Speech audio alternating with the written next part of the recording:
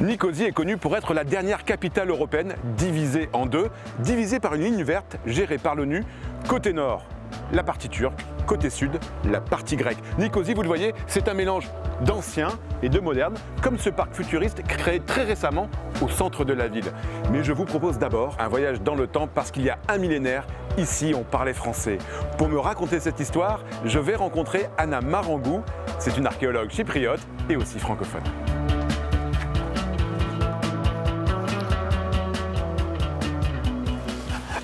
Bonjour Anne. Bonjour Ivan, bienvenue à Nicosie. Merci, puis tu m'accueilles dans un endroit très particulier de la ville. Eh bien oui, le centre de la ville, qui fut le centre de la ville Lusignan. C'est qui les Lusignans? Eh bien les Lusignans, c'est une famille princière du Poitou.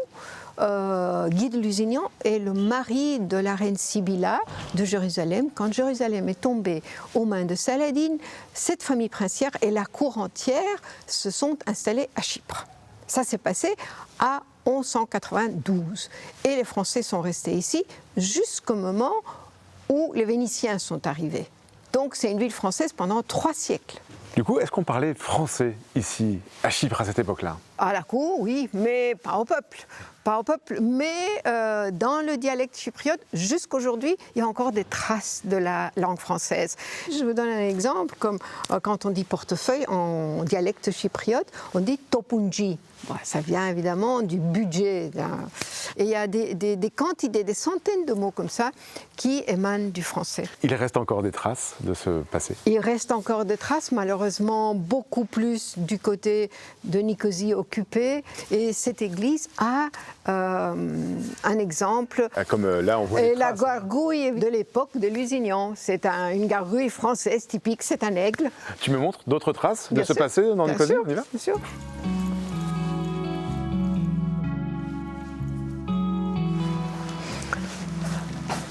Vous voyez cette belle bâtisse? Oui. C'est un bâtiment typique de l'époque ottomane, donc du XVIIIe siècle. L'influence de kiosques, comme on voit dans tout le Balkan et la Grèce aussi.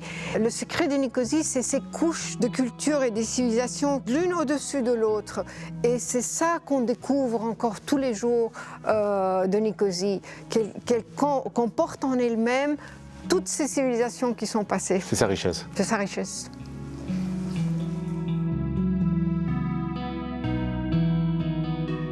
Anna, il y a beaucoup d'églises à Nicosie. Oui, il y a beaucoup d'églises. Chaque quartier a sa propre église. Il y en a parfois 2 dans un quartier.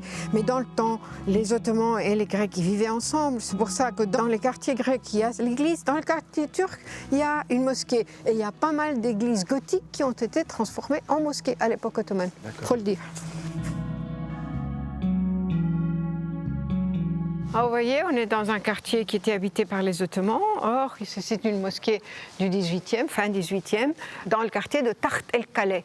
Donc un quartier ottoman, à côté des quartiers orthodoxes grecs, tout autour. Dans le temps, donc après le XVIe siècle, il y a les gens qui habitent ensemble, il y a cohabitation. Il y avait les Chypriotes turcs, les Chypriotes grecs, les Arméniens, les Maronites, les Latins.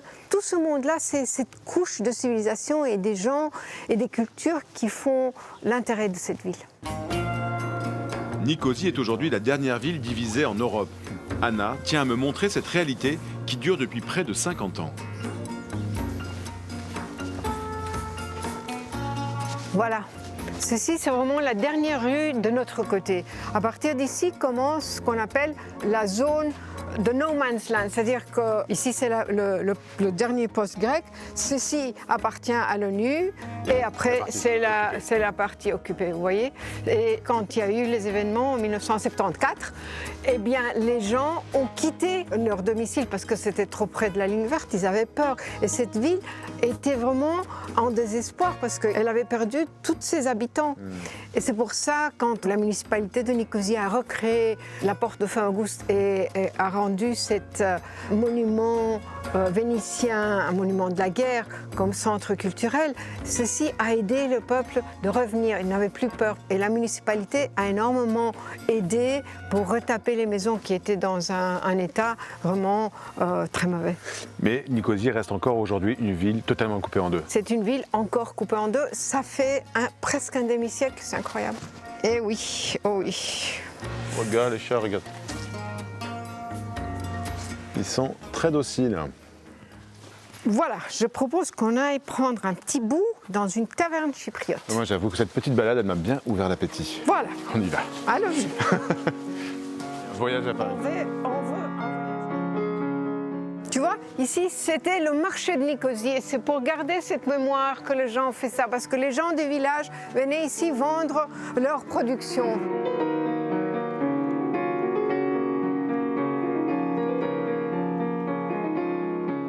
Ça a l'air bien bon tout ça. Et ça, c'est du tarama. Anna, qu'est-ce que la présence française a apporté à Chypre? Une culture très importante, une souche d'appartenance. On appartient déjà à l'Europe depuis le XIIe siècle. Chypre, c'est vraiment un carrefour de civilisation. On met un pied dans l'Orient et l'autre pied dans l'Occident. Je trouve que mon pays offre une largeur d'esprit. Et ça lui donne un caractère particulier qui est différent du caractère de la Grèce. C'est autre chose. Qu'est-ce que tu préfères le plus dans ton pays? Je préfère cette liberté de culture qu'on a. Cette notion qu'on appartient à l'ouest et à l'est en même temps. Et que nous, on est produit de ces deux cultures. On trouve que c'est un pays où on découvre tous les jours les choses. C'est un pays où on voit des couches de culture en dessous de nos villages, de nos villes. Aussi, si je creuse ici, je trouverai la Nicosie de Lusignan, la Nicosie des Génois, des Francs, des Vénitiens. C'est une île qui offre encore quotidiennement. C'est une île qui souffre. Jamais cette île a été partagée en deux. C'est une chose qui ajoute énormément à mon amour pour ce pays parce que j'aimerais la revoir, se réunir, d'être une. Et c'est à ça pour qui je crois que je veux me battre. Merci beaucoup, Anna, pour C'est moi qui vous cette remercie. découverte de cette présence française ici à Chypre. Alors, si vous souhaitez en savoir plus sur cette histoire, eh bien, rendez-vous sur notre site internet. Nous, on se retrouve bien sûr la semaine prochaine pour une nouvelle destination. D'ici là, très bonne semaine à tous sur la planète francophone. Au revoir. Au revoir à tous.